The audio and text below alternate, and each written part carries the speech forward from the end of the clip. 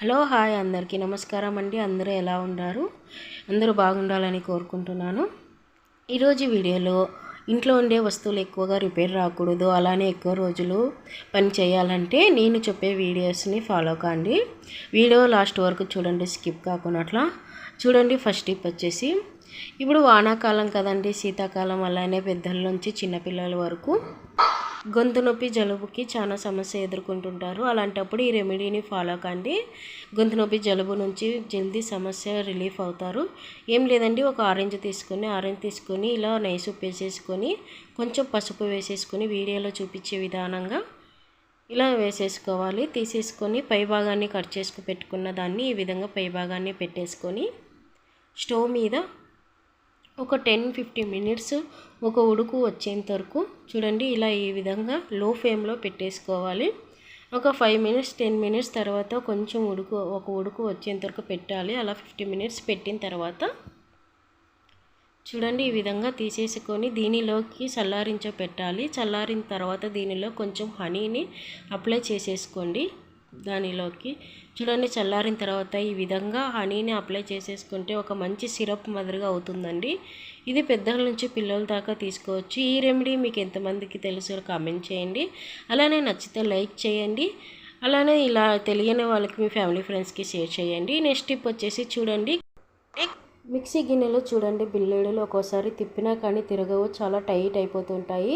అది అలానే పెట్టడం వల్ల కానీ ఎప్పుడో ఒకసారి యూజ్ చేయడం వల్ల కానీ ఇలా అవుతూ ఉంటాయి. అలాంటప్పుడు వాటిని రిపేర్ షాప్కు తీసుకోపోకున్నట్ల ఈ విధంగా ఇంట్లో యూజ్ చేసే కోకోనట్ ఆయిల్ కానీ లేదంటే వంట నూనె కానీ తీసుకొని కొంచెం గోరువెచ్చగా 2 మినిట్స్ చేసేసుకొని ఇలా బిల్లేడు మీద వేసేయాలి. 2 స్పూన్ అంతా వేసేసిన తర్వాత దీన్ని స్టవ్ మీద ఇలా నేను చూపించే విధంగా కొంచెం కొంచెం వేడి చేసుకుంటూ ఇలా ఈ విధంగా తీసేసుకోవడం ద్వారా అవి వేడికి అనేది బిల్లేడులు లూజ్ అయిపోతాయి.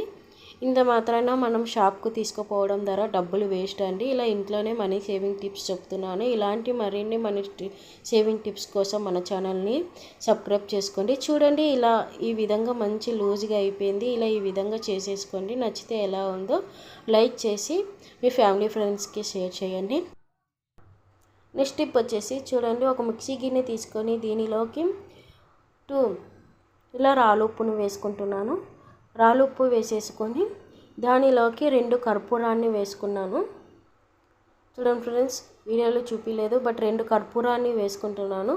2 కర్పూరాన్ని వేసుకొని 2 చెక్కను వేసుకుంటున్నాను. చూడండి, ఇలా చెక్కను వేసేసుకొని మంచిగా పౌడర్ చేసేసుకోవాలి. ఇలా ఈ విధంగా పౌడర్ చేసేసుకొని దీని ఉపయోగం ఏమంటే ఇంట్లో మంచి స్మెల్ రావడానికి మంచి పౌడర్ అండి ఇది. ఉప్పు ఉంటుంది, అలానే కర్పూరం ఉంటుంది, చెక్క ఉంటుంది కాబట్టి హెల్త్కి మంచిది. కర్పూరం అనేది ఎలాంటి క్రిములను రానియదు. చూడండి, ఇలా ఒక 2 టిష్యూ పేపర్లోనే వేసేసుకున్నాను. అలానే ఇలాంటి బాక్సెస్ ఇంట్లో వేస్ట్గా ఉంటాయి. పిల్లలు యూజ్ చేసి పాడేసిన వాటిని తీసేసుకొని దీన్ని ఎక్కడెక్కడ యూజ్ చేయాలని చెప్తానండి. ఇలా టిష్యూ పేపర్లో మనకి ఎంత పౌడర్ కావాలో అంత వేసేసుకొని ఈ విధంగా వీడియోలో చూపించే విధానంగా రబ్బర్లు వేసేయండి. చూడండి, దీనికి కూడా ఒక టిష్యూ పేపర్ వేసేసి దాని మీద రబ్బర్లు వేసేసి ఒక సేఫ్టీ పిన్ తీసుకొని పైన అంతా హోల్స్ పెట్టేసుకోవాలి. ఈ విధంగా చూడండి, హోల్స్ పెట్టేసుకోవడం ద్వారా మంచి స్మెల్ అండి. ఇది చెక్క అనేది ఆరోగ్యానికి మంచి స్మెల్. కర్పూరం అలానే క్రిములను రానికున్నట్లా చేస్తుంది. అది అనేది కారు తెరుస్తూనే ఒక బ్యాడ్ స్మెల్ అనేది వస్తూ ఉంటుంది. దానిలో పెట్టేసుకోవచ్చు. ఇలా చూడండి, ఈ విధంగా బట్టల్లోనూ అలానే నెక్స్ట్ చూడండి, బాత్రూంలో బెడ్షీట్లలో ఈ విధంగా పెట్టేసుకున్నాను. నచ్చితే లైక్ చేయండి. నెక్స్ట్ టిప్ చూడండి, అందరి ఇళ్ళల్లో కొంతమంది మిక్సీ అనేది ఈ విధంగా గలీజ్ అయిపోయి ఉంటుంది. ఇలా గలీజ్ పెట్టుకోవడం ద్వారా చాలాసార్లు రిపేర్ అనేది వస్తూ ఉంటుంది.